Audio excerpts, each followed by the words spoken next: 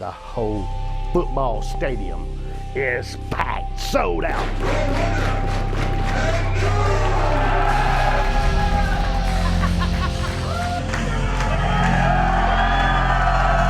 Woo! It's coming your way.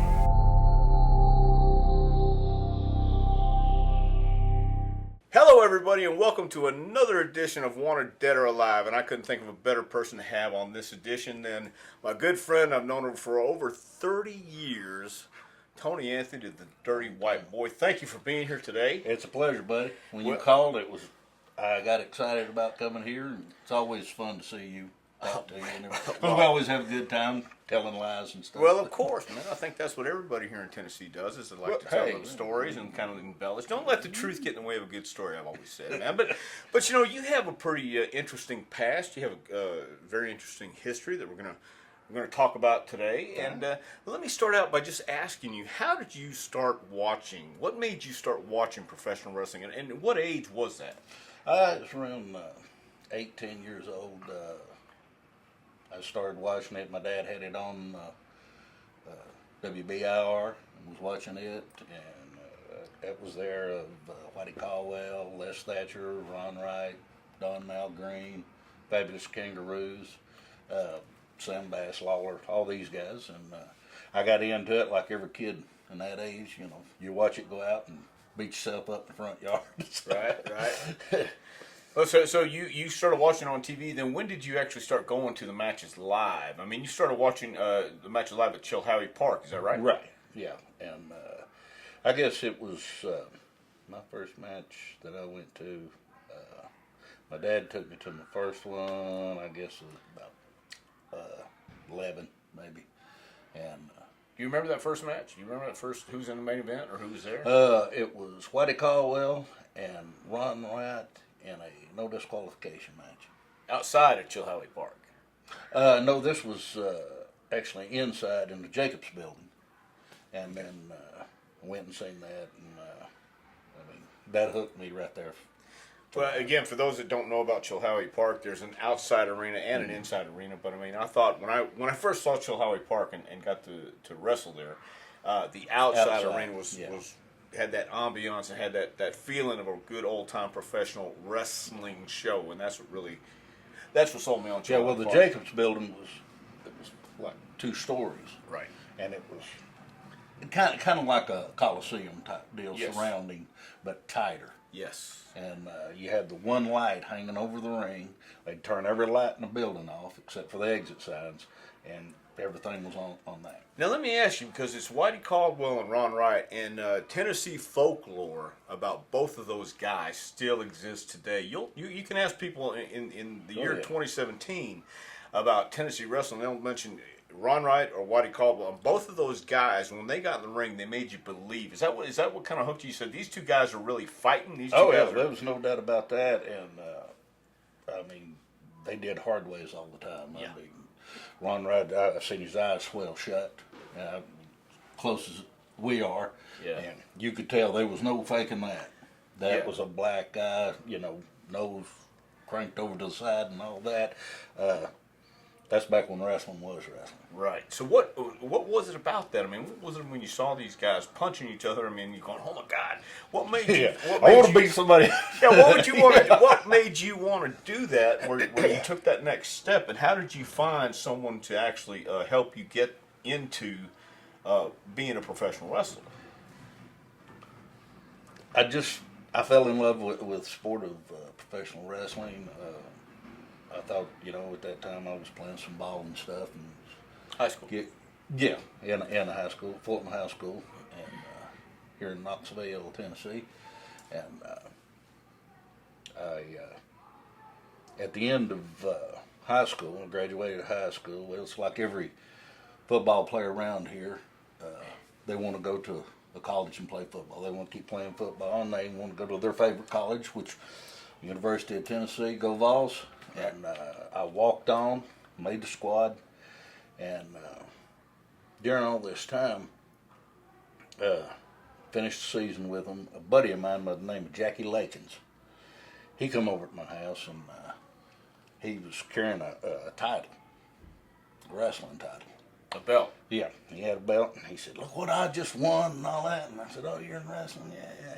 I knew right then and there, beyond a shadow of a doubt, that I could do something in wrestling because I knew I could beat his ass. Right. What can I say? You can say ass. We say a lot of things on here. Oh, man. okay. Right. You say ass. Well, I you knew say I could shit. kick his ass. Yeah. So that's, hey, how did you go about doing it? I'd like to try it and all this. And he got me in touch with Rick Connors, which there's been a lot of on Facebook and all that Steve Kern trained me, and that's not the truth. The truth is, Rick Connors was the man that trained me, and he was no shooter. Right. He used to go up to Carson Newman and work out with the wrestling team. Wasn't he a Golden Gloves boxer one time too? He was Golden Glove boxing. He wrestled. He'd been just anything that you could fight. Rick was in it, and he trained me. I got hooked up with him. He trained me, and all these guys going around nowadays, they get trained in these nice, big, expensive rings and everything's just nice and plush and all that. I went to Halls High School in the gym, in a corner, and that's where I got trained. You didn't have any mats? Well, I had some little old wrestling mats to start with, but when the first body slam and first backdrop that I ever took was on the floor, on the gym floor. What's wrong with you? I wanted to be a wrestler. Oh, okay. Tough. There you go. A romping, stomping, tough old boy. Yeah, I got that all right, man. And one of my biggest things in life, it may not sound like much, but one of the most proudest moments was when I actually hooked Rick Connors for the pin. Huh. I mean, we were going wide open, hard out, and he would try to make you quit. Right. I mean, he'd hook you and then sit there and punch you in the ear and everything. You gonna quit, boy, and all this. And I learned everything he taught me. I did in my dead level best at. And then when I finally hooked him, I knew right then and there. All right. Well, let me ask you this: what did you do when you hooked him after you let him out? Backed off. I was going to say, like, whoa, baby, I was fixing to run. Yeah. Okay. All right. What'd you weigh about that time when you? But then I was around 200. Okay. You just got done playing ball, so he's in pretty good shape. Yeah. Okay. Yeah. So once Rick, how long did you train with Rick before you had your first match? I trained with Rick. I'm gonna say probably 6 months to a year, because I was always learning. I would always pester him and hey, let's go work out. Yeah. Which didn't mean let's go to the gym. Let's go wrestle someplace. Right. And we did a lot of that. Now, was it just you and Rick, or was there other people? He had started out me and 3 other guys, and then it wound up me and 2 guys. Okay. So did they go on to become wrestlers too, or were you the only one? No, I was the only one. One of them became a referee and local. Right. And the other one just did it for a little bit, and then he got for him. Yeah, no. Okay. So once you got trained with Rick for about 6 months to a year, I guess, and then all of a sudden, where was your first match? In a little bitty elementary school off Rutledge Pike. Went up a hill. There's this little bitty, and they had a little bitty gym, and I mean, the people was sitting they could almost prop their feet up on the ring. Right. And that was, well, actually, my first match, I paid to get into the show, and was sitting and watching, and I was right back by the door where guys come in and out. Connors come around, snatched me up, said, "Get your gear. You're working tonight." And I'd done paid. Of course. Yeah. So I go out in the first match, and after it was over with, I come back to back. I paid to get in, paid to wrestle evidently. Yeah, and then didn't get paid. You didn't get paid that night? No, didn't get paid that night. Experience. Yes. I got the experience. Yes. And that hooked me. Yeah, don't Right work there, Yeah. the lights, the people, Yeah. that just intrigued me so much, and it's like, this is what I want. Right. So you wrestled how long in this area, the Knoxville area, your home area in the surrounding area, before you left? And did you go? Was Charlotte your first real territory? Yeah, it was. Blackjack Mulligan and Ric Flair had bought Knoxville, and they were opening up and all that. Well, Rick knew these guys already. Rick Connors did, and he was trying to get guys to come do TV for him. And he asked me if I wanted to. And I said, sure, okay. And all these other guys, well, I ain't going over there and get beat. I'm a champion around here, that type of deal. And I was like, I don't care, this can lead to bigger and better things. Here's Blackjack Mulligan, a monster of a man. Ric Flair, the world heavyweight champion. So I go there and do the TV with them. They kept asking me to come back. And then finally at last, Big Blackjack, he looked at me and said, hey kid, stick around after the show. I want to talk to you. Well, I was scared to death. I was petrified. I said, here's this monster of a man. Hey, you stay. Yeah. Okay. Yeah. After it was over with, I come walking down. He said, come over and sit up on the ring. I sat down there, and he proceeded to ask me, do you want to, have you ever thought about becoming a professional wrestler and doing it full time? I said, that's a dream of mine. I said, I would love to do it.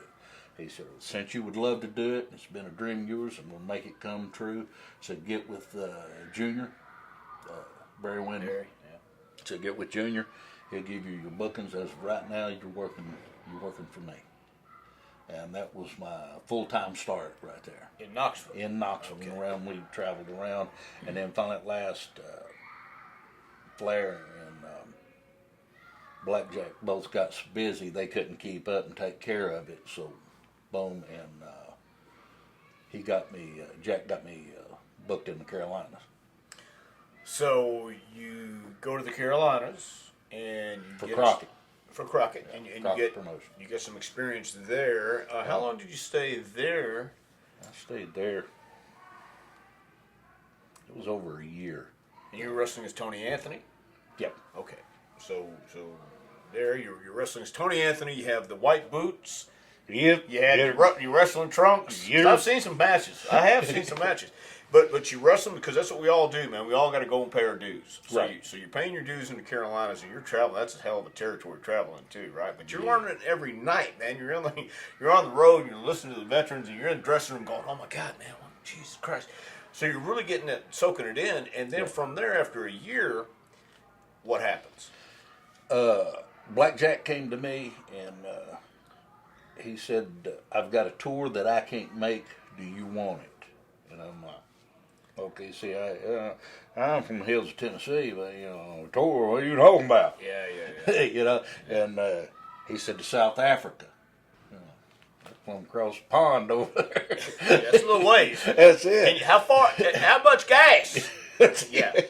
How much I got a Tercel, I can't drive all that way without, I got it. And I said, yeah. So he got it set up, and I talked to Ole Anderson, was the booker at the time.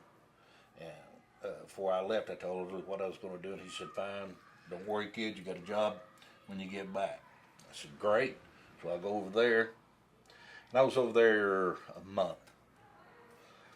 Then when I come back, they fired Ole Anderson, and I didn't have a job. Right. But let me ask you this real quick.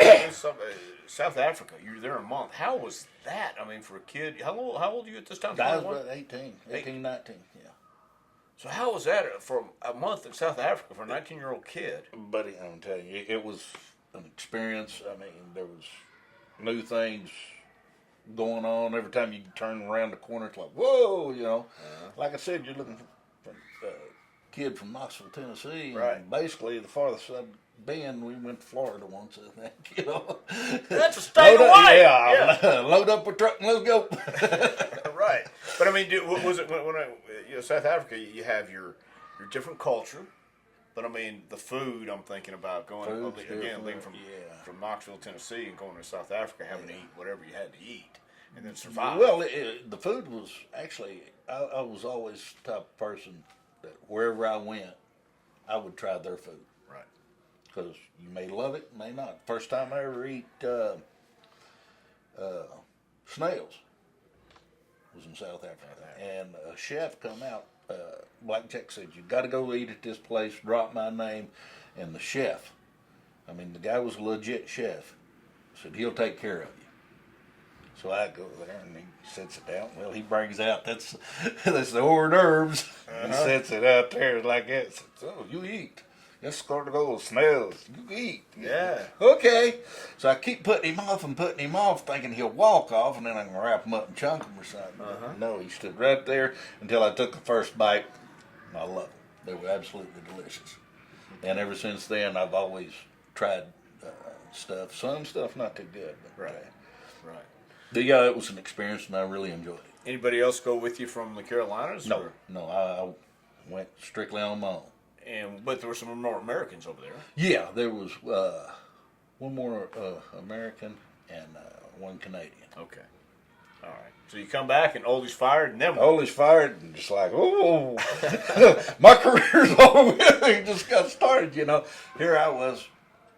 Yeah, to be a professional wrestler, you have to have tough skin. You got to have tough hide. Your feelings can't be hurt because they're going to hurt it around the corner every step you take. If you're soft, you might as well get out of it. And here I was, just, you know, my whole life's just been jerked out from underneath me. Well, got to talking Jake Snake, and Jake was in the Carolinas along with a lot of other big stars. And he said, "Well, let me call my dad, Grizzly Smith." I said, "Let me give him a call. He's down in Louisiana working for Watts." He said, "See if I can't get something going there." Well, he calls and he said, "Get on the phone." I got on the phone with Grizzly, and he said, "I talked to Bill," and said, this was like on a Monday. And Friday, me and Tim Horner went with me. Now, Tim been wrestling the same time you had, or was it Tim Yeah, just started? Tim was in the Carolinas too. Okay. And matter of fact, we were roommates. We lived together. And me and him loaded up our cars, take turns of leading, and drove all the way down to Baton Rouge. Yes. Went straight in there, found a place, got us a room, and then the very next day had to drive to Shreveport to do TV for Bill Watts. Was that the Boys Club? Yep. The TV? Okay, so you arrived at TV the first day in Louisiana, right? Shreveport? And you meet Bill Watts for the first time? Yeah, buddy. And how'd that go? Oh, that went wonderful. I bet it Bill is. is just a loving person. Well, he's not a bad guy if you do what he tells you to do. That's just Yeah, not a bad tells you, guy. Dan, he's still a bad person. not a bad guy. Even if you do what he No, tells he's you a to do. wonderful man. Yeah, you're a good liar. So you meet Bill. I mean, what happened? Tell me about that first meeting. Introduced himself. I am Tony Anthony. Hey, kid, and he gives you wants to look over. All right, well, you're in.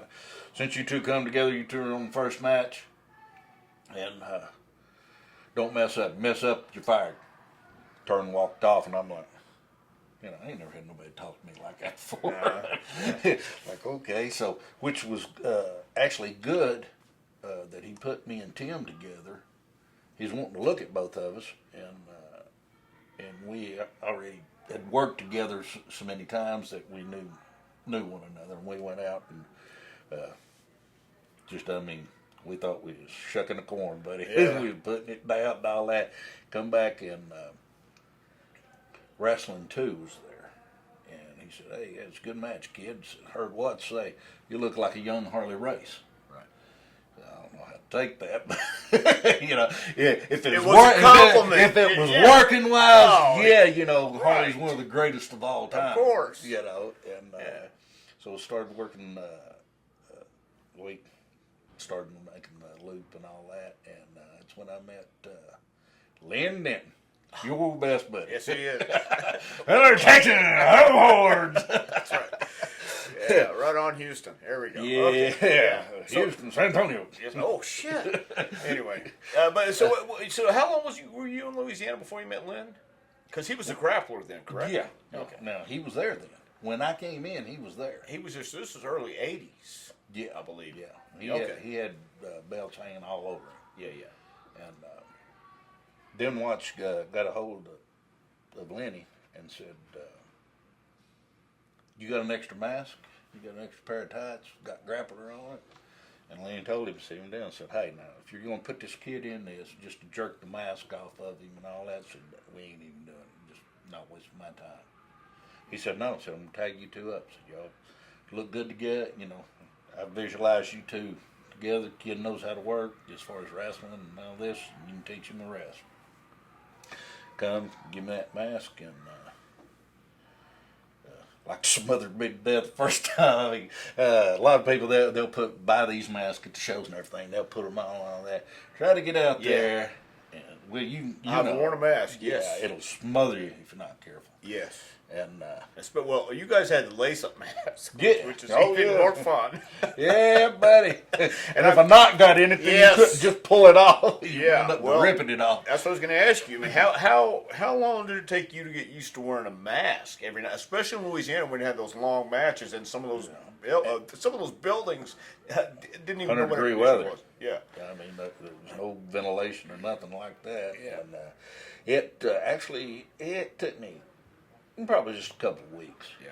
To get on. Lenny talked to me. He said, "Hey, now you have a hard time breathing. Breathe through your mouth. You know, calm yourself down a lot." And then it was just like putting a T-shirt on and going out and doing something. So, how did you feel when Watts who came to you and said, "Hey, listen, I have this idea. I'm going to put you and Lenny together as the Grapplers. Give me a tag." No, it didn't quite go didn't that. do like that? No, Or did Glenn come to you and tell you, "Hey, kid, this is what we're doing"? Well, Lenny come up and said, "Hey, Watts talking about putting that menu together as the Grapplers and all this, and blah, blah, blah." And then Watts says, "Kid, you're with Denton now. You're all tag team partners. Screw up, you're fired." Well, that's the way they did it back then, man. That's They didn't it. go into a lot of detail. Nowadays, if they talk to them like that, they go in the corner and pout. "Oh, you show up, I'm suing, I'm going to..." It's a different day. Yes, it is. It's a different Probably the genre. reason I'm not in it. Well, there's a lot of reasons. Broke down. But so you guys obviously, because Lynn, you got to admit, one of the greatest workers in the business. I learned especially so during much off Lenny. It was unbelievable. I mean, it was like night and day. And they kept you do an interview. At that time, I'd never done an interview with my wife and all that. And I'd try and watch just cut that bullshit. Lenny, you do the damn talking. Kid, sit there and look stupid or whatever. Yeah. So he did the talking, and then we won the titles and wrestled all over. We run an angle with wrestling too, and then they were just sticking him with partners. Which I just learned so much off these guys because, I mean, look at the talent. You had Ted DiBiase, Jake the Snake came in, you know, all these big name talent guys were there, and all you had to do, I seen some of these guys come in, "I want to be buddies with you, I want to be buddies with you." You know, that's all they were worried about. Right. I'd pick their brains. When they were talking, I'd ask them questions. When they talked, I never opened my mouth. I listened. And Flair told me one time, he said, "Go out and watch the matches." So watch all of the matches and see. Learn. You can learn by watching. And I did that. And I remember Flair was in. I asked him one time, I said, "You mind watching my match?"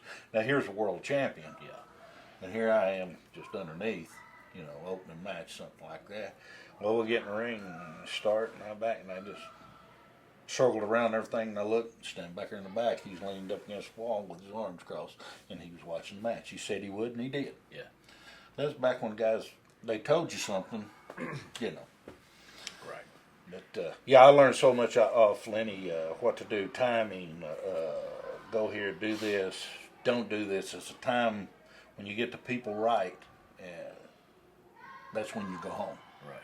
When you take it home. Nowadays, they got somebody in referee's ear. "Hey, they said go home." So, Right. Right. But you knew when to go home then. Yeah. You didn't need anybody telling you. You had a time limit. You know, get a certain amount of time in. Get 10, 15 minutes in. And I think also during that time there was etiquette outside the ring and in the dressing room as well. I mean, that was an era when you had. I remember times when you had your Brad Armstrongs, and then all of a sudden I remember you in a dressing room one time with Kamala, and you took the riding crop. Okay, but that's what I'm saying. Those kind of days you can't do anymore. That's what the business was, and you learn that stuff from those guys. Yeah. Because then basically wrestling was one big family. Yeah. Now you're talking about a cutthroat business now. I mean, there's still some people that are good people, but basically everybody's out for themselves. Nobody wants to build. Well, you remember when you broke in, first match, second, third, right, everything built for that main event match. Right. Nowadays, buddy, everybody from the opening card all the way through it, I would be the main event.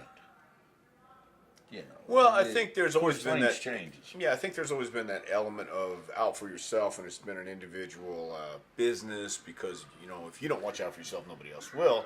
But when you have a tag team partner, and this was told to me even when I had tag team partners that I always didn't see eye to eye with because we were two different people outside the ring.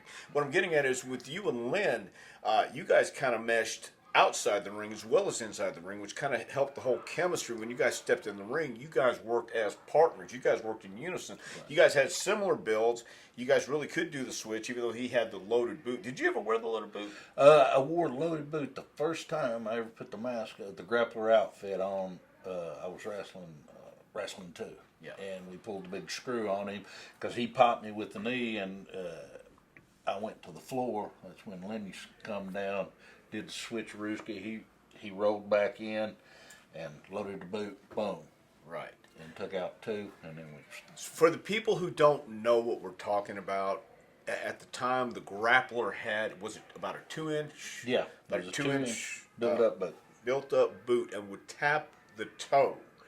And people would go absolutely nuts because that was the way you educated them. If you did something and you executed it correctly, and the guy that you did it to sold it, it got over so good. And that boot, the loaded boot, you loaded it, tapped the toe, and then I think to unload it, you had to tap the heel. Tap the heel. To unload that stuff, because you can't bring a loaded boot back in the dressing room. You never know what's going to happen. That's it. Referee probably check it. You're damn right, man. So, I mean, there's just these elements, again, of the business back then. They knew when that boot got tapped, that it was over. It was over. So, I mean, Lenny was he's something else, and you were right. We did. I consider him my brother. Yeah. We was all over. He got us fired from a lot. But that's the thing, man. Yeah. He had that personality that you had to have to stand up for the team or to fight for what he believed in. And again, there's people who do it today, but at the same time. It's something that I've learned along the way once I actually stopped active wrestling, man, is you have to have that confidence, you have to have that ego, you have to have that something about you if you're going to be successful in any aspect of this business, and Lenny definitely had it. And you guys, he kind of, I think, let that kind of rub off on you as well, because you guys continued with your success. Along the way, didn't you have an angle with the Rock and Roll Express, not only in Memphis, but also Tennessee, or Louisiana? Yeah. Okay. But yeah. Louisiana was a short period of time with the angle, but Memphis, we had a real good run with them. Well, was that where you guys went after Louisiana? You went to Memphis, or where did you go from being the Grapplers in Louisiana? Where did that carry you? We went to Memphis, and with the Grapplers there. That's right. That's where I saw you guys. I think that's where I met you the first time in the early '80s. Was you and Lenny were doing the Grappler gimmick in Memphis against? You guys had there was a bunch of different teams in Memphis back then too. Oh yeah, they had Standing Steve. Steve trained you, right? Okay. Yeah. Anyway. That's what they tell me.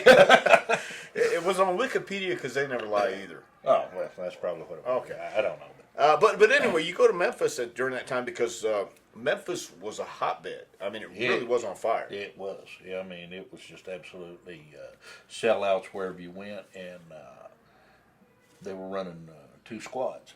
Yeah. You had an A team and a B team. Well, if you got in trouble, you got thrown on the B team. Yeah. Well, we got in trouble. How'd you get? Now let me ask you this: what could Lynn Denton do to get you guys? I mean, what in the world could a guy like Lynn Denton? If you're watching this, pal, I know you.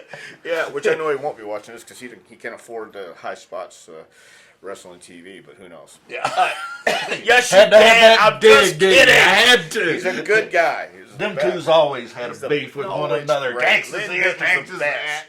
He's from south side, east side, north. It don't matter. It's all Texas anyway. Yeah. But what can Lenny do to get you in trouble? Well, I mean, because I know sometimes, well, basically it was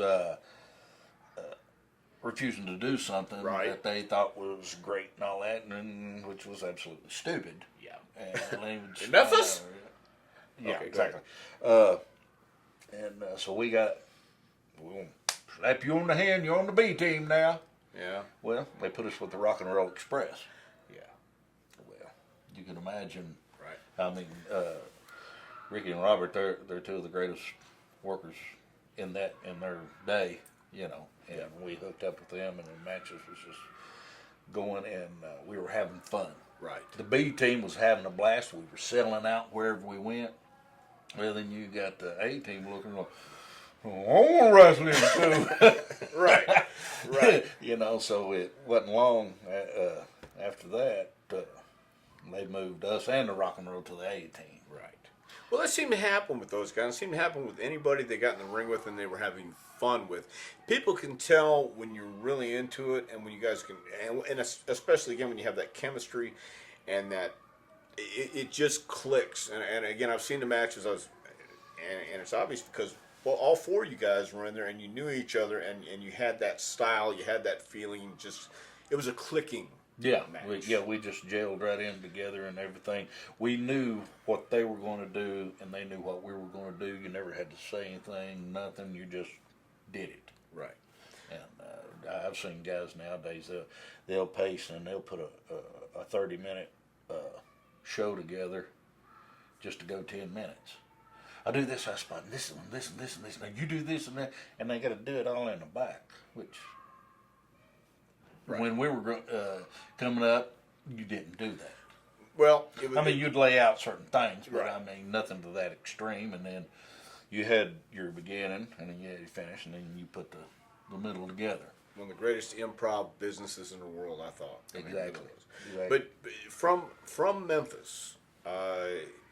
How did the Grapplers? You wound back up in Louisiana somehow, correct? Was it from Memphis? Yeah. Or you went to Kansas City? I went think. To Kansas City. Kansas City. Now, a lot of guys talk about Kansas City. I don't know if anybody really gets into it too much, but tell me a little bit about Kansas City and how long were you there? It's cold up there. Well, it's cold up there, but I remember. How long were you guys there? We were there. Close to a year. About a year. Yeah. And in that year, you guys caused havoc with Ox Baker, Gypsy Joe. I mean, what in the world got into you guys? I mean, here you are. You have a chance to pop a place, and you guys are putting cigarette loads in people's... Foxy. Yeah. Well, he kept bumming cigarettes. Right. I mean, most people back in then smoked anyway. So, right. Not all cigarettes. So... Here's a guy on top making all kinds of money, and he keeps bumming cigarettes. Right. So we stop, we get them, we load them. So we load it, boom, yeah. Well, he just break it off and then finish it. Yeah. Well, we started double loading them in. His cinching his eyebrows and all that. Gypsy Joe, where we did the television, did the interviews and everything. You remember Elvira? Yes. Her show? Yes. Well, her set was there. And it was on a roller, and they just rolled it out way. Well, it had spiders and snakes and all this kind of stuff. Gypsy Joe was terrified of snake. I mean, you could just walk up behind the man and just whisper, "Snake." And he'd break off running, screaming. I mean, literally. So, it was... Buzz something. Sawyer? Not Buzz Sawyer. Tyler. Buzz Tyler. Yes. He was there, and Gypsy went over and had a big roll bench. He laid down on it. He was laying back, sleeping like that. Well, we went to the Elvira set and got one rubber snake. I guess it was 3 or 4 foot long. We stretched it out over him. See? Stretched it out over him about that high off of him, and then I was at his head and went, snake. His eyes opened and we dropped the snake right there on his chest. And he went to screaming, grabbing at his chest, coming out, and he shot out the door, and you had steps to go down to the parking lot. When he did, Harley was coming up, Harley Race was coming up. He run over Harley Race. And out in the parking lot, Harley had to run him down because he was going down the road. Harley come back in there, all right, you bunch of assholes. The next one that scares Gypsy is fired. He like to kill me. He looked straight at me and buzzed. Right. But I had nothing to do with it. Right, no, of course not. Yeah. But I mean, you had a good time. But didn't Harley throw a snake on him after that? Yeah. Yeah, of course. Yeah, same time. He said that. Same time he's bitching at everybody, telling them not to do this. He's going to fire everybody. He grabs a snake and throws snake. Yeah. There goes Gypsy again. See, but Harley can get away with that. He owned the territory. Yep. A lot of things hardly get away. Yes, with he could. He's And just today he could still get away with it. man. Let me just tell you. So after Kansas City, you guys had, I mean. After Kansas City, we went back to Memphis. But we went back to Memphis as the Dirty White Boys. Right. How did that come about? Who came up with that deal, and how'd you guys? Me and Lenny was talking about one day. He said they're wanting us to change the gimmick, come back to Memphis and all that, and we were talking and come up, and they just Dirty White Boys, and biker type stuff, you know, and all that. And we went down there and was glad to get rid of that mask because that mask smell you to death. And we had a real good run down there, and never forget Lenny. His daddy got short of money somehow or something like that, and his daddy loved his daddy reminded me of my daddy. He loved the man to death, and he didn't make quick money, so he's going to run a wrestling show. Well, we were in Memphis, working the Memphis territory, me and Lenny. Right. So we was going to just pop over there in Houston, Southside. Sure. Well, I'm from Southside. He's from Northside. Just so you know. Northside. Whatever. Anyway. Okay, all right. And do a show for him, help him get some money and all that. Well, we're making Memphis TV now. We're not even in we're in Memphis territory. Saturday morning. Yeah, Saturday morning, getting ready, and we went out by the airport and got us a room, one of them fancy rooms. Of course. Had a phone in the pooper. Oh. So all of a sudden the phone rings. I'm sitting in the pooper, and the phone rings and all that. And they said, "Pick the phone up and listen." So I picked the phone up and I put my hand up there, and all I hear is, "Let me tell you two sons of a bitches something. You'll never work in my fucking territory again, you bastards." And I mean, just going on. And it was Bill Watts. Oh. Bill Watts called us because we was helping running that little old spot show that meant absolutely nothing, just enough to make his daddy some money. We're trying to run, take over his territory. This is in Houston, though, right? Yeah. Watts wasn't in Houston yet, was he? Yeah, I think. Oh, maybe he was. Yeah, because it was, you remember Blanchard and them Yeah. would come in for him, so. Well, Paul Bosch ran Houston. So, I mean, maybe Right. Bill was in Houston yet already because he kind of bought in with Watts. So they became part. So maybe it was. Oh, yeah. Anyway, he was, he just cussed us out like dogs. Said, "You'll never work for me again in this territory. I can't believe y'all would do me this way." And Lenny sat down and explained, "Man, it's just for my dad. My dad needs some money. I'm helping my dad out. My partner's helping. I don't care what you're all doing. You'll never work this territory again." 6 months later, we was in there with the titles. Exactly. That's also just because never's a long time in wrestling. That's it. Yeah, I'll never do a lot of things to you, but here I am. So, so after that, then you guys do wind up back in Mid-South in Louisiana, and you guys are the Dirty White Boys this time. And you have a short run with the Rock and Roll Express, right? Mm-hmm. And from Louisiana, what happens to the Dirty White Boys? From Louisiana, we got our notice again. Yeah. And at that particular time, we had no place to go. And wait a minute. We did go before going back. Before we went to Kansas City, we still, as the Grapplers, we went to Blanchard territory. San Antonio. San Antonio. Yes, that's where you found your love for Mexican women. Yes. Do we need to go there? Not at all. I just had to make mention of the fact that San Antonio has some various cultural. Beautiful women. Okay, go ahead. Yeah. Go ahead. Anyway, we went for Blanchard. Tully was booking. Tully's the type of person. You hate him, but you got to respect him. I do. My personal feeling, I can't stand Tully Blanchard, but I respect him. He's one of the greatest wrestlers that's ever been down the pike. I mean, he didn't know how to do that. Booking, he didn't have it. Yeah. He just killed his own man's territory. So we wrestled there for a while, and then from there, I think we went to Kansas City. Okay. So Anyway, then getting back to Louisiana, we got our notice. But what it was, got our notice, left. When he said, "I'll give you a call later on," so I went home, and my parents was going to down to Florida.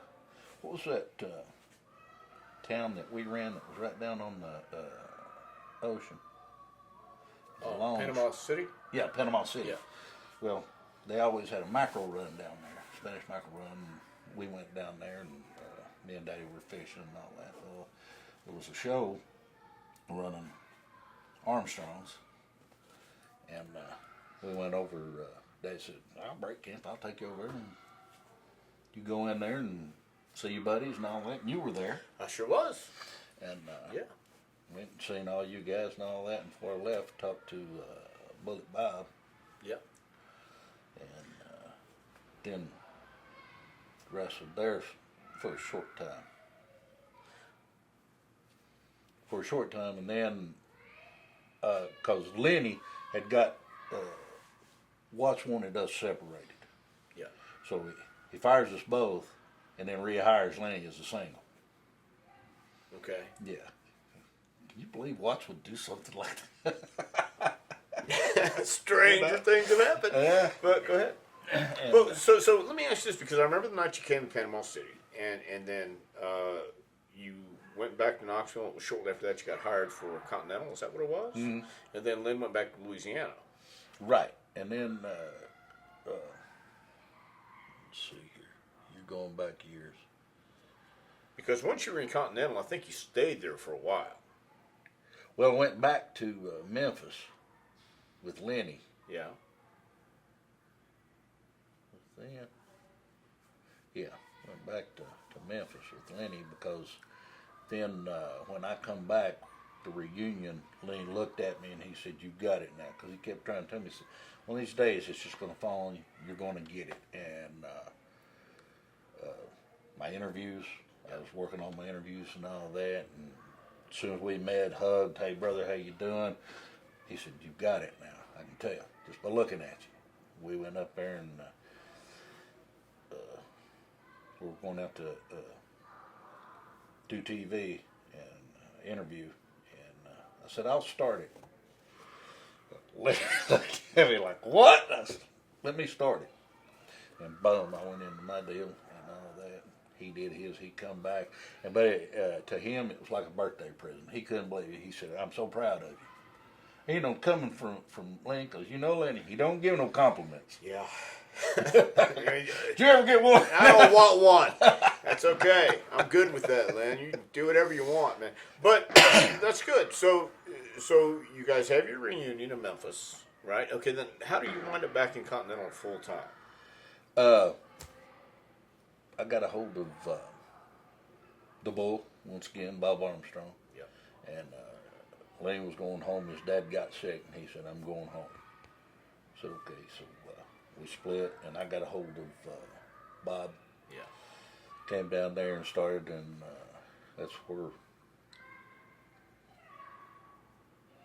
you know, that's when you was the doctor.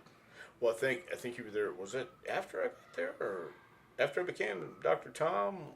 Yeah, you was Dr. Tom when I showed up. Okay, because that's right. That's where I got my doctors.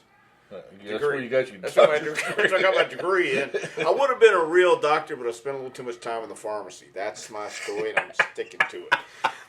But anyway, so once you get there, you pretty much somehow get hooked up with Jerry Stubbs as a tag team, and you guys are working with the Armstrongs, and who else? Cooley, and we even worked with the Nightmares. Yeah. Danny Davis, Ken Wayne. And Jimmy Golden, Robert Fuller. Yeah. At times and all that. And Robert had the book. And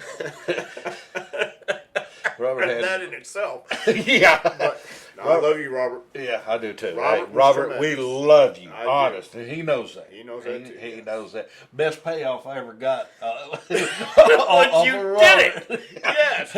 We were making the road trip, and on the way back, he's sitting back there, and he'd get his book out and everything. Me and him's in the back seat. Jimmy and Dutch Nantel's in the front. And he said, "Hey, white man." Never called me white boy. "Hey, white man." He said, you ever been in on Booker when he's making the payoffs?" I said, "No, sir, but I think it's going to be interesting." Said, So you screwed me. And a bunch of other people. My extra $20. And a few extra people. Yeah. So you make an $800 week. I tried to ride with him. 300 what? Yeah. I tried to ride with Robert every chance I got. Well, I did too, but I never made the payoff. Hey, you got any more of that in the bag? Then give it to me. Anyway. Here you go, have another beer. Now, you see what we're going to do right here. Now, this old boy, he made this, and he's good, but now, see, he don't need all that, so we're going to give him this. I'm going to take it and look at, hey, white man, look here. I'm going to put it down here on your Yeah. Oh, Right. yeah. Yeah, It was well, wonderful. that's what I thought. Had a good week. Sure you did. You had a few good weeks, didn't you? Yeah. You weren't even buying the beer. Yeah, you know. Well, because he had that little FIA. Here, that's FIA. Fuck him in the ass. Yeah. He had the FIA. No, but see, I told him, make sure it took care of you. Oh, sure you did. He did take care of me. But anyway, so you're going along as a dirty white boy. And myself, I was actually in a good spot with Robert and Jimmy when that happened. I got to be up close and talk about, again, learning from those guys, just being at ringside or being around those guys, because I'm still not a very people person. Yeah, I know You it's hard to take believe. it back. I don't know But about that. being around Robert and Jimmy and the Armstrongs, Pensacola was a fun territory. It was wonderful. My gosh, you found out how to have fun and get paid to do it, and that was really was learning. So, going up and down the roads with those guys, I'm in this deal, you're in that deal. All of a sudden, there comes a time when Ron Fuller, who actually owned the territory, wants to sell, and he sells it to a guy named David Woods, and Eddie Gilbert comes in. Now, when a new booker comes in the territory or comes into a company, usually he wants to change everything. And he wants to make it his guys and his ideas. And of course, Eddie brought Paul Heyman with him, your friend, who you threw in the ocean. He threw him in the daggum pond or whatever it's called, lake or wherever it was. Yeah. I thought he wanted to go swimming. Well, he didn't.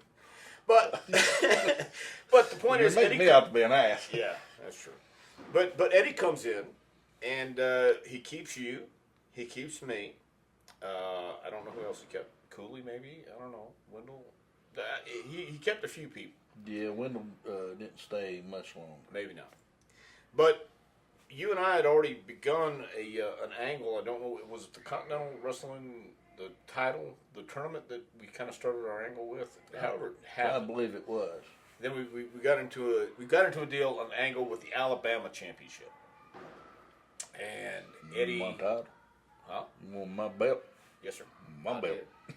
But you know how people in Tennessee feel about Alabama, and you were actually representing that state. So what about that? Mm-hmm. Anyway, yeah. So we get into an angle with the Alabama Championship, and he asked for ideas. And I know we kind of brainstormed and came up with something. you screw me in the Alabama street fight because it was in Birmingham. Right. And the next week, I had the idea of going to hit you in the back of the head with that big old 2 before. oak tree. Yeah. Lord have mercy. And then cut your hair. And then we get to the point. See? Huh? It don't grow back. It don't grow back.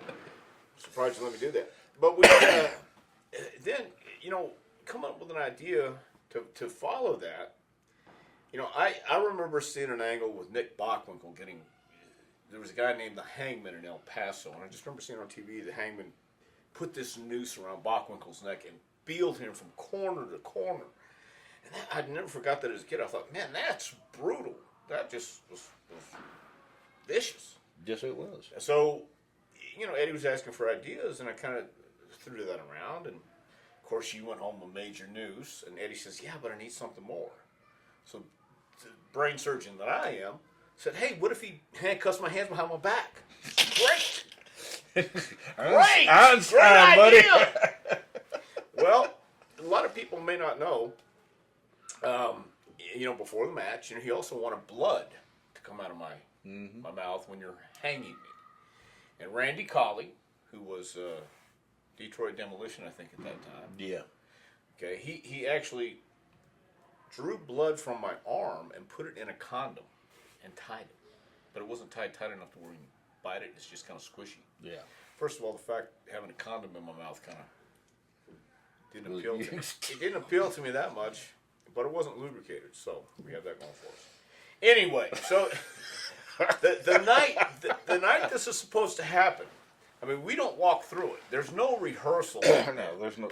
We talked about it. Right. But then he wanted the white girl to have a black eye, and that was Eddie's part where he says, it's going to be more like it's a ruse going on where you and her are in on it, and she's even more of a vicious wench, evil wench, type thing, and to get more heat on you guys. So that night, I know what I'm thinking. I'm thinking, oh hell, man, this is no big deal. But once that happens, well, I mean, I knew it was going to be a big deal because we're going to destroy the set, and you're going to handcuff me. You're going to hit me with a chair first of all, then throw me into the set. You're going to destroy it. You're going to handcuff me. Then you're going to put the noose around my neck and says, hell, Tony knows what he's doing. I've worked with it 1,000 times. It couldn't be better. But as we're going down to the ring, and I don't know if you've seen it, but the one thing that stands out on this deal with me, you're dragging me from the interview platform to the ring, which is a pretty good way. Yeah, it was a distance. Well, the people are screaming and people are all this other, and then you see this one cop standing there. He's just watching you. And I'm thinking, I think anywhere in the country, this might be a crime. I mean, a man's trying to hang me and kill me. Not in Alabama. No, I guess not. In Tennessee, I think in some places legal too. But, I just remember it's really choking. There's no way I can tell you. We can't communicate. And my hands are behind my back, and I'm really choking. I'm literally either going to die for this angle or come damn near close to it. Wouldn't that have been great? It would have been great for a lot of reasons. But what was going through your mind that night? What were you thinking? I mean, when going through this angle, talking about this angle. I mean, to me, it was kind of cool because the people that watch it know there's no way that I can put my hands up here. Right. And anyone who's ever had a noose around their neck knows that it tightens up. There's no, I mean, you can't work it. Right. And you can, but you can't work it because you got to drag me, and you can't show that you helped me. Like I said, we didn't practice dragging me, so all of a sudden we figure out, oh shit, we got to go from here to there. Yeah. So what are you thinking, man? I'm thinking the same thing you was. Well, not exactly, but I'm wondering, how am I going to get him from where we're at there without actually really hurting him? And that was going through my mind, and you went to pushing your feet and everything, and I even come in closer to try to get you, and then when we got there, I got you to your feet. You had to put me over the rail. Yeah, get you over the rail, and then, then I throwed you against there, throwed the rope over the top, I climbed in the ring, picked you up, pulled it, boom, tied you off, and then that's when the Armstrongs, everybody come out. And the whole time you're trying to bust that condom, but it won't bust. And was it Steve? Steve. He cut it. Had a blade. He poked it like that. He cut it, and then you could see it. He's done it, but and then he goes. Yeah, it stunk. That rotten blood, warm blood, and they didn't even show it on TV. That's the thing that really pissed me off. We went through all that, and they got the blood. It didn't even show on TV. It, yeah, but I mean, angle of the year. Yeah, but you know, we really didn't get paid a whole lot for that. No. Yeah. No. Either way, but it was. I mean, it was a good angle. I was glad to be part of it, and it was brutal. That whole angle, from the time we started it till it got finished, was actually the toughest matches I've ever been in. Yeah. Because we were laying everything in. We made it so believable because most of the time it was real. Yeah. I mean, we were actually beating one another up. It's like when you cut my hair, you hit me with that 2x4, and I said, and later, kid. Yeah. Boy, did you? Had to make it feel that. What do you think I had back surgery for? Yeah, I done it. Yeah. But it was great, and it's always a pleasure getting to work you because we knew we were like we were talking about me and Lenny and the Rock and Roll Express. We clicked. Yeah, we clicked. We knew what one another were going to do. Didn't have to say a whole lot, and we just did it, and it was always a pleasure to work you. Yeah. Well, I felt the same way up until you was choking the living shit out of me. Yeah, but you deserved it. Yeah, I did. And I'm concerned for many other reasons than that, too. But, so that you will never know. Thank God. But we go along, and we have our matches in Alabama. Continental Wrestling Federation kind of runs its course. Well, once Fuller sold it, yeah, then after our angle was basically over with, it started going down because the guy that bought it, he knew absolutely nothing about wrestling. David, yeah. He knew nothing about it, and then when Eddie hauled off, then they were trying. Okay, we're going to make you the booker, and you're the booker, and it's just like. Yeah. And then you remember the committee. I do. Oh my God. Yeah. So yeah, we kind of see where it's going. I know that there was a time where everything was in chaos, and I had a trip to Japan coming up, and I finished my deal off with Dennis Condrey. I don't know if you're already gone then by then. What happened? Where did you go after Alabama? After Alabama, I went down to Tampa for Dusty. Ah, yes. And somewhere along the lines, you and Doug Gilbert went to Puerto Rico, though, didn't you? Yeah, I pulled my tour of duty in Puerto Rico. Yeah. Well, let's back up a little bit. Let's just talk a little bit about Puerto Rico. How did that go? Anybody that go to Puerto Rico on vacation is stupid. Well, now wait. Those are the meanest, nastiest people. I mean, they get up in the morning, I guess, and over their morning coffee, count how many shells they've got and their knives, and let's go kill somebody. Huh? Because they're just brutal people. How long were you guys there? I was there a month, 2 months maybe. That's all you could take? Yeah. And finally, Skandar Akbar was the booker, and he was trying to keep the American talent in there. And they screwed me over money-wise. They get you down there, and the first thing they do, give me your passport, and I'll keep it in the office for you. Oh. Put it in the safe. It's like, no, I ain't having it. So, who asked for your passport, Skandar? No, Carlos and those guys in the office. They were on me. And he was getting the money, plus Carlos owed money to some other people that, you know. And was business pretty much on a downslide? Yeah. Having good crowds, but the money wasn't there because Carlos gambling, this type of stuff, and I said, "See, you got to go." But you and Doug Gilbert went down there as... Well, no, actually, me and Primetime Brian Lee. Oh, yeah. We went down there as the California Studs! That's what it was. Yeah. Yeah, baby. Yeah. And then Brian kind of went out of the picture. Doug came in? Or Well, no, we were all still there. Okay. Okay. Yeah, Doug just came in rooming with us. As Doug. Okay, so he was doing his own deal. Yeah. Okay, yeah. I got you.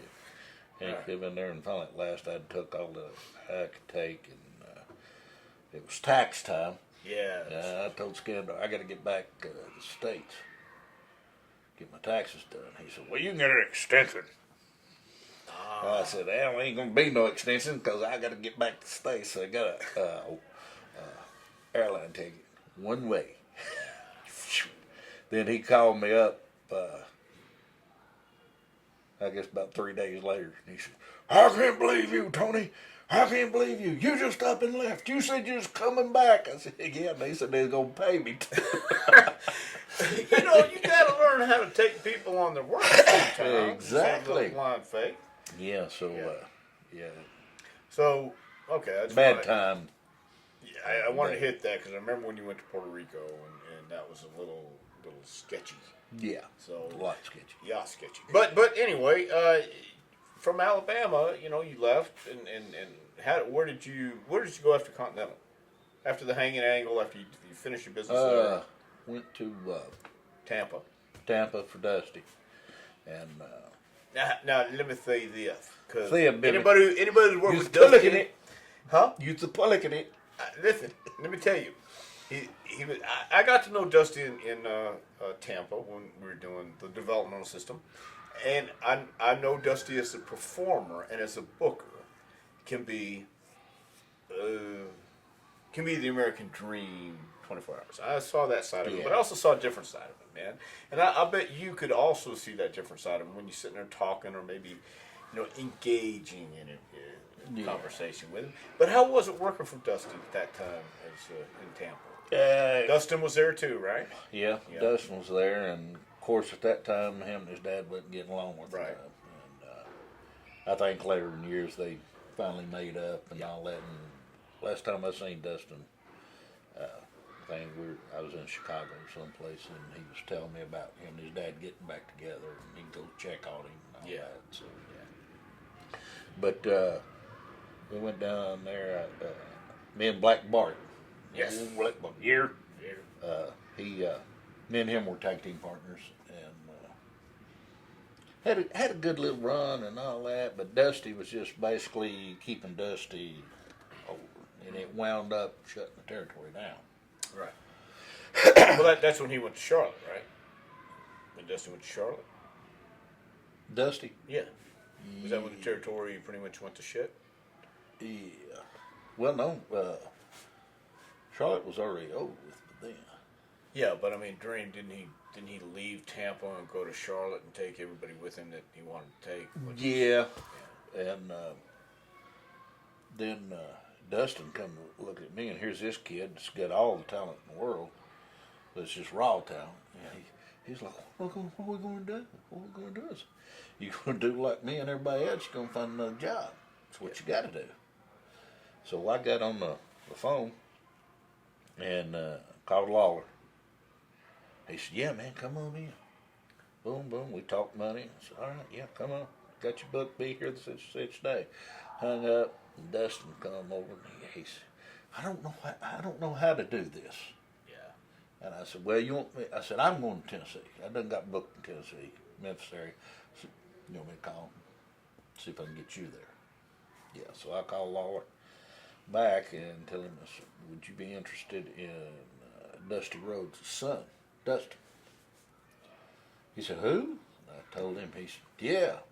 Now, anybody that knows Lawler, I knew that. Yeah, let me get that boy out of here. Bring him on in! Yeah. So he went, and he was like a kid. He followed me, like he was my son. Everywhere I went there, he was no. Yeah. So, but we went back and had a good time and a lot of traveling. You travel in Tennessee. Yes. And you know what, man? I mean, honest to goodness, the Tennessee territory when it was running, when you had the Memphis, Louisville, Evansville, Spot Show, and TV, Nashville, well, it really was not a bad territory. It's kind of fun, because you got you knew your stops, you knew where you're going. Pretty much straight shots. I mean, some were long trips, but it really wasn't that bad because you knew how to travel back then. You had to have a good time. So from the East Tennessee back to West Tennessee is when all of a sudden did you? Well, I think it was about the same time, about 19. Was it 91 or I think around 91? East Tennessee kind of looks like it's opening up again with Smoky Mountain Wrestling. Let's touch on that just a little bit if we can. Or let's touch on it just a lot of bit if we can. Because, we've talked about this before, but, I was in Nashville when I got the call. Said, hey, this is what's going to happen. This is what's going on. I think you got the call at the same time because we're working Memphis at the same time. And you went ahead and gave your notice. And I was still a little like, I don't know if this is going to go or not. But see, I had a kicker. I had an in because I'm from Knoxville. Correct. Yeah, you had you were home. Yeah, it's like area. And that's what I told Jerry Jarrett. I went and told him I gave him my notice. Actually, I went to his house to personally give it to him, and told him, said I appreciate you letting me work here. I was totally business about it, but I'm gonna have to give my notice because we want to go there and all that. He said, well, I don't think it'll last. I said, well, hopefully, if it don't, hopefully. You bring me back. And he say, don't worry, Tony. Yeah. Yeah, all right. Worry there. We'll bring you right on back with Dustin. We'll beat you both like a drum. We'll make you somebody else's son, too. And you both will be no good to nobody. I promise. Anyway, so It gave him a notice there, and then went home. I was tickled to death about going, coming home and all that. Got here, and Jim Cornette was the booker and all that, and started working, and then we just started different angles and stuff. It wasn't nothing real quick angle, because Bam Bam was in. Yeah. And it just started building to work. Finally, it first started out, any new thing that starts out, you've got to find out who you're going to put together here and there to make it work. But I think in laying that foundation, and I don't know this because I have not been privy to any information on how it started, but I would think, and again, hearing about the initial guys that were coming in, and you especially being from East Tennessee, I had the feeling or the inclination, if you will, that he understood the hometown how it would resonate here because he knew you knew how to work, and I think Cornette initially was looking for people he knew he could count on as far as in the ring, dependable workers who understood the business, who understood what the dynamics had to be backstage as well, because you need a crew. You need a crew that can kind of interact and have that vibe. You need somebody who gets it. And I think he understood that you got it. So when you came in, it took a little while, you think? And then that was in, me and Paul Orndorff were tagged up for a little bit. Right. There for a little bit. And that was just... And Paul had a history in Knoxville. Right. And that was just a short period. I knew that was just going to be a short period deal. Just something kind of help boost, look at the stars we've got coming in, look at the stars we've got here now, and... it was just building process, and then it finally kicked off. And how did the idea with Ron Wright come about? Because again, you got a legend that you used to watch as a kid. Oh yeah, that was one of the biggest thrills of my wrestling career. Was here's this man that I idolized and watched, in grueling matches my whole life growing up, and now here he is managing me, and. Well, how did that come about, and how was the idea even presented to you? It was just basically presented like, hey, I've got, what do you think about Ron Wright? Would you, Ron Wright be, I said, yeah, he'd be a big asset to this, to me and to the company and everything. And matter of fact, I was in a chain match with Brian Lee, for the Smoky Mountain heavyweight title, and Ron Wright was in my corner, and Cornette was jostling, finishing around. He said, I don't know what we need. I said, it's simple. You want to get a big pop? He said, you're going over. I said, okay, we'll get a big pop, boom. We're fighting, I'm going for it. Right at the last minute, there we are, we're deadlocked, we're holding. Had Tammy draw the ref. She jumped up, ref with her. Ron stood up out, because we had him in a wheelchair. Yes. Stood up out of the wheelchair, crawled up in the ring, and loaded his boot. Kicked Primetime. Primetime sold it. I mean, Primetime, Brian, he sold the hell out of it. He really did. He's what made that match. When it looked like he just walked up and shot him in the head. Boom, he went down, Ron rolled out. And when the ref turned around, I fell into the last corner to tag. Boom, won the Smoky Mountain title. And Cornette he's like, what are we going to do? How are we going to do this? How are we going to do this? And that's just simple. Have Ron load the boot and kick him in the head. He said, load the boot? I said, yeah, load the boot. He said, what do you mean? I said, he loads the boot, kicks it. See, Cornette didn't know that. I I find that hard to believe. Well, I did too. Yeah. I did too. I mean, that's, I was kind of looking at him like, Yeah. dumbfounded. It's like, Ron Wright loaded the boot and he beat you and that was it. Yeah. And he said, what? And I said, he's a legend around here for loading Well, especially the boot. loading the boot, because I'm from Texas. I knew that. Yeah. Anyway. But yeah. Anyway, they had the match and everything, and boom, when I fell in that corner, that arena erupted. Yeah, it was just boom. Come back and back, Cornette was grinning. He was happy then. Very nice. Very nice. So Smoky Mountain Wrestling, we know, I'm not sure everyone else knows, but it ran its course. And of course, we all have our opinions about why, but I think it was the timing, for the business. I think the timing for Knoxville is an interesting town. East Tennessee is an interesting place because I run into people who still remember and talk about Ron Wright and Whitey Caldwell. Those are two names that always come up for some, and that's over 50 years ago. Mm-hmm. My God, we're right now as we're taping this, it's 2017, and people still talk about Ron Wright and Whitey Caldwell in East Tennessee. So, I mean, there is a part of the population who knows it, but I think they might be dwindling or dying off or going away or whatever it may be. But I think the timing for a territory system just wasn't right for Smoky Mountain. Be that as it may, somehow Jimmy, he was originally going to have a developmental part with Atlanta, with Bill Watts, your friend and mine. Good guy. Fantastic man, Bill Watts. Anyway, but Bill also got fired from Atlanta, so it kind of wound up with WWF at the time coming in and saying, hey, we got this deal. And it happened with the Heavenly Bodies going in against the Steiners. But Jimmy knew since the territory was kind of going away, he tried to make deals for as many people as he could to get up there, and he made for Tracy, made for you. Brian Lee, I think, was the Underfaker at one time, and a couple of other guys who kind of came in and out. So you go to WWF, and your first impressions as you go meet with Vince, or didn't they pick you up at the airport one time in a town car, and you got in the car and says, hey, I was supposed to have a stretch limo. And you told the guy, and you said, where's my stretch at? And the guy's looking at you going, oh, hey, man, I'm sorry.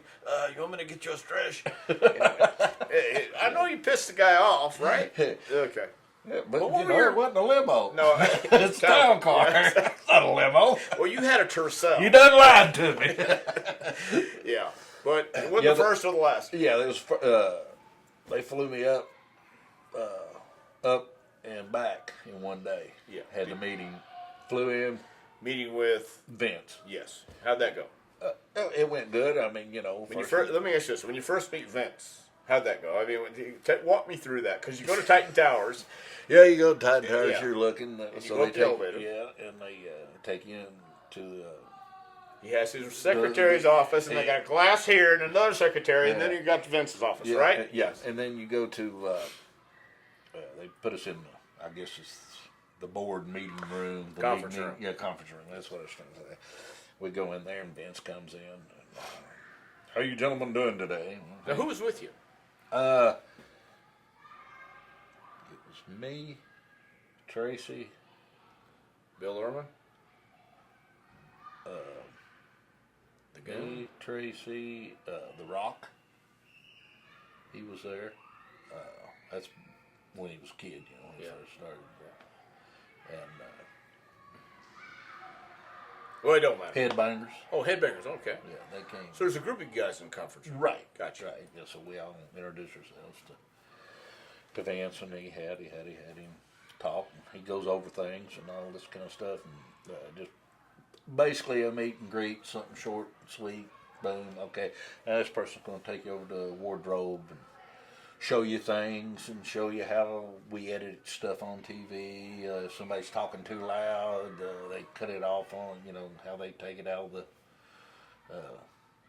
off the screen and all that kind of stuff, and just basically give you a tour of the place. Right. What was your first impressions? Well, it's a big extravaganza. It's hey, this is a top-notch deal. Yeah. And I mean, you're thinking, I know what I'm going to do with this. Is that what you're thinking? I kind of knew going in. It's like, I don't actually see anything That's what I'm asking. for me. That's what I'm asking. I knew that from the get-go. Okay. That's what I was asking. But I did wind up getting all my money from Jim. Yeah, but I think that was the goal. The reason that I got up there the goal, to pay me off, and then after he got me paid off, still can't see you. Wasn't much different for us, but go ahead. So, did that. They showed us everything, went over, and they said, well, what are your hobbies? What do you like doing? I told them hunting and fishing. I love hunting and fishing. After that, I told them all that. Then it wasn't long after that, Steve Kirk come in doing everything here. Yeah. So, but anyway, Well, then wound up. Yeah. Okay, good. Then wound up being a plumber. Yes. Because, my dad owned a plumbing company, and I plumbed my whole life, and did TL Hopper. Yes, sir. Plumber here in Old Witty. Yeah. Had my plunger and everything. Right.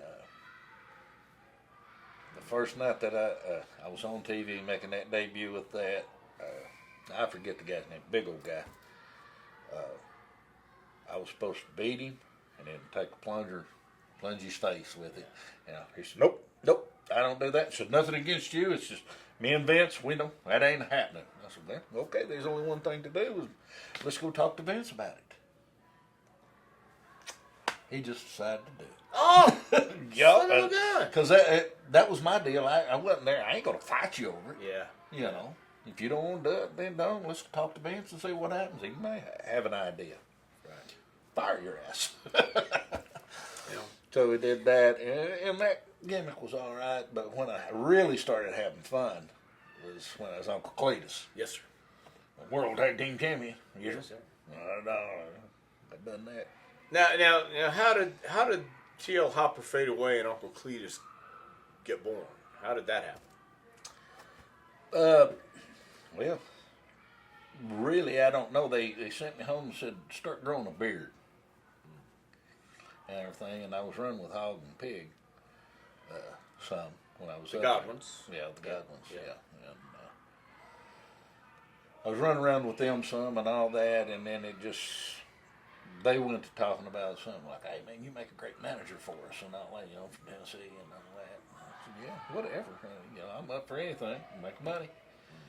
And it come about, and they said, grow a beard, and then come back. I got the call, and they said, you're coming back. Make sure you got overhauls and boots. But you were something before Uncle Cletus. And who came up with the name, hey, you look more like Cletus? Hawk? Might have been. I think Yeah, it was because Hawk. yeah, because they was wanting to call me something. Yeah, And Hawk said, that's stupid. It ought to be Uncle Cletus. Yeah, Hawk actually came up with a few gimmicks in WWE. Yeah. He really did. A lot of people don't understand. He gave Matt Bourne doink. He said, we got our own Krusty the Clown right there. And you looked at Matt with his cigarette and his boot half tied up going, yeah, what do you want?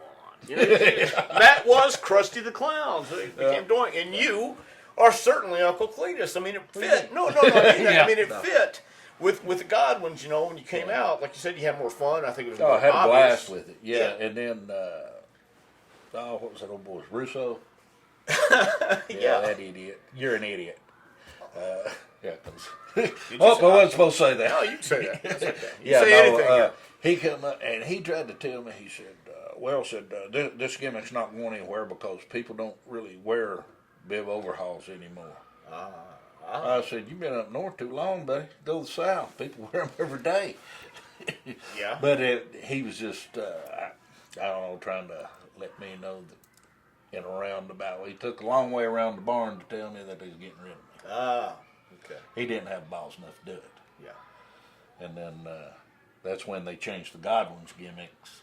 You remember? Southern Justice. Yeah. Southern and Justice. they come yes. out with different stuff and all that. And he said for them guys fit that, but you wouldn't fit that gimmick there. So there'll be something else for you. Oh. I was like, okay, well, I understand. Yeah. I mean, that's not brain surgery. No. I mean, anybody can say, well, you're out the door. Right. And I stayed a few more times, a little bit longer. Then I left. Did They you? never called me back. Gotcha. I'm still waiting on that call, though. I'm not. You ain't gonna. Yeah, I don't think so. You're like me. I'm We're okay. we're in that boat that. That's all right, man. Nope. Yeah, I don't. I've had no paddles for a long time. Yeah, but me both. yeah, once you leave, you come back to Knoxville. Is that right? Yeah. So you kind of get settled back at home, and then you start thinking, what? I mean, the Knoxville scene, the Knoxville wrestling scene is at best. I mean, there's a lot of guys around here who want to learn, but there's not a lot of guys to teach them.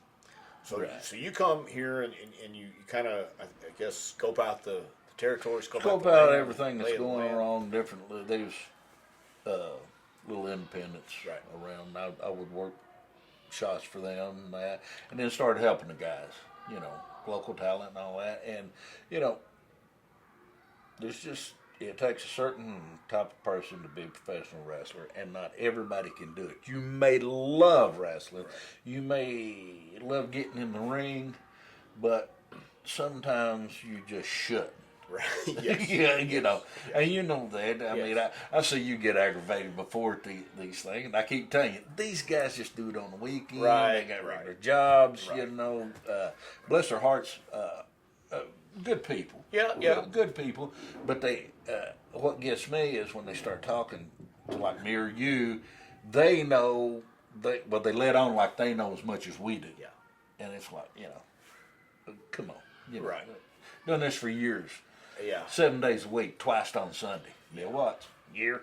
Yeah. Well, no, I understand. I mean, and I do get that point. But I mean, at what point did you pretty much just stop wrestling and dedicate yourself? Say, look, I'll show up at these events. I'll show up at the matches, and I'll give you some advice. But the frustrating thing for me is this, man, is when someone will ask for advice. Ask you watch my match and tell me what you think. Then you watch their match and tell them what you think, and they go, yes sir, yes sir, yes sir. And you watch them the next week, and they do the same freaking thing. And then you tell them again, and then I have a 3-strike rule. Yeah. If you keep 3 times you're done. and I'm done. But because I've seen you actually sit down and write some matches out and write some ideas out and just give these guys some ideas.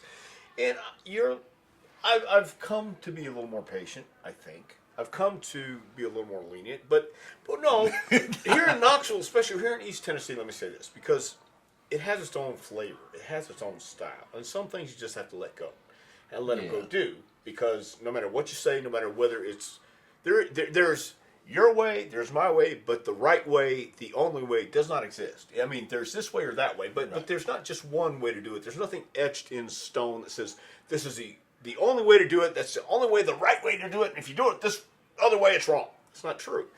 But there are certain fundamentals that you have to keep in mind.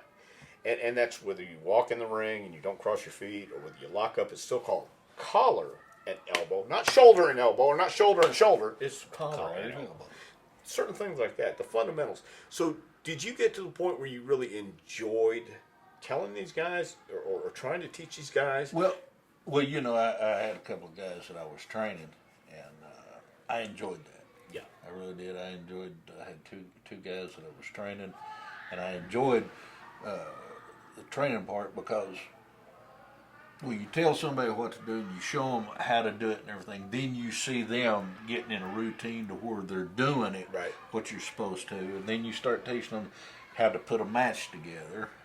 You know, that I got joy out of that because I wasn't able to wrestle anymore. Yeah. I've had, you know, neck surgery, back surgery, shoulder surgery. I just a bucket of bolts. When did you start with the neck surgery? I mean, what was giving you numbness, or what made you finally say? Because I mean, we all have bad necks, but I'm scared to death to have anybody cut on me. What finally did you? Because you had to have been scared too. You had to think about it. Man, if you're gonna have somebody cut on you, because you're dealing with the spine. Yeah. So what was the final deal? Did it just get to what point? Where you said it was getting to the point where I would sit there and be holding something, and then just a glass would fall out of my hand. yeah. And I thought that I had a hold of it, and it kept getting more frequent. Yeah. And then it was my neck was hurting, and it felt like my neck wasn't strong enough to hold my head up. Huh. And the pain was getting worse in my neck and through the shoulders. Were you still trying to get in the ring at this time? Somewhat, yeah. Okay. Not much. I pick and choose. Okay. And but then finally at last I just said I can't do this anymore. Right. Went to the doctor. He said, "Yeah, you need this done." Okay. So went in. I did surgery and put cadaver bones back in my neck. Took them out, put them in plate and screws. So They said we're going to cut your throat. And I'm like, Yeah. cut my throat. Wait a I've minute, been in the back business. It's been doing it all for 30 years. I've been cutting my throat. Yeah. But Nothing you know, new. they're working back here, but they go through here. You're right. Yeah. Right.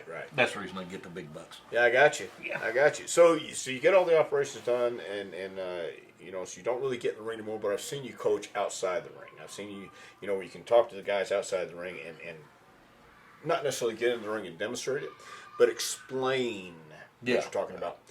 And the more you've helped these guys around here, are you still involved in doing that? Right now, no. No, Okay. there's not really nothing open around, as far as in Knoxville. Yeah. There's not really any show will pop up every now and then and all that. So. Yeah, pretty much. It's not a consistent No. thing here. So let me just ask you this: so what are you doing these days, man? Here in Knoxville, Tennessee, just have a Well, I'm getting over shoulder surgery. yeah. And trying to get it back in shape. Got a grandson that was my whole life. I mean, he makes me get up in the morning. Yeah. That's taking care of him, and then just doing my hunting and fishing, and plan on doing a little bit of traveling. Got an RV, and we'll do a little traveling. Not too far. Yeah. I don't like to get too far from home, but to the lake and back. You ever thought about writing a book? There's been some people talk to me about it. Uh-huh. There's said that you ought to write a book. You ought to write a book. Lynn Denton wrote a book. You wrote a book. Yeah, Sure did. Heard that it was real good. And you wrote a book. Well, I wrote a actual manual. It's not necessarily a book, but it is available on it have a cover on Amazon.com, just so you know. But no, I mean, if you wrote a book about your life, I mean, especially about the things you've been through, some of the things that you really can't talk about here, don't write that either. Yeah. But yeah, all's fair in love you can war. write whatever you want. Just remember, mine hadn't come out yet. So, but you know, there's a lot of things that you've done in wrestling, a lot of things that you've done, you know, in your life that people like to hear about, and like to read about, and that's one of the reasons I wanted to have you on Wanted Dead or Alive today, because hey, isn't that a great name, Wanted Dead It or Alive? is. I wonder what. Every time I heard that music, I'd cringe because I knew Me? a beating was coming. Too, but that's okay. And it's still coming. But anyway, listen, if you do write a book, or if you decide to do something else, I'd love to have you back, and I appreciate you coming on Pleasure. on Wanted Dead or Alive today. And of course, this is the High Spots Wrestling Network, and I'm very, very, very happy to be a part of that right now. And look forward to doing some more with you. Continued success. Have a really good time with your grandson today. So I'm going to. Yeah, I and the will rest of the too. week. We'll get together here soon. That'd be great. Go back out to dinner. And just for the record, there is a real Dr. Tom in Knoxville, Tennessee. Very good friend of ours. A very good friend of ours that we happen to do a lot of dinners with, and he's a great guy to have around. So, well, there's 2 Dr. Toms in Tennessee. There's only one dirty white boy, and I appreciate you coming. Thank you for being my friend for over 30 years. You too. Have a very good Been time. a pleasure. You're watching the High Spots Wrestling Network, and this is Wanted Dead or Alive.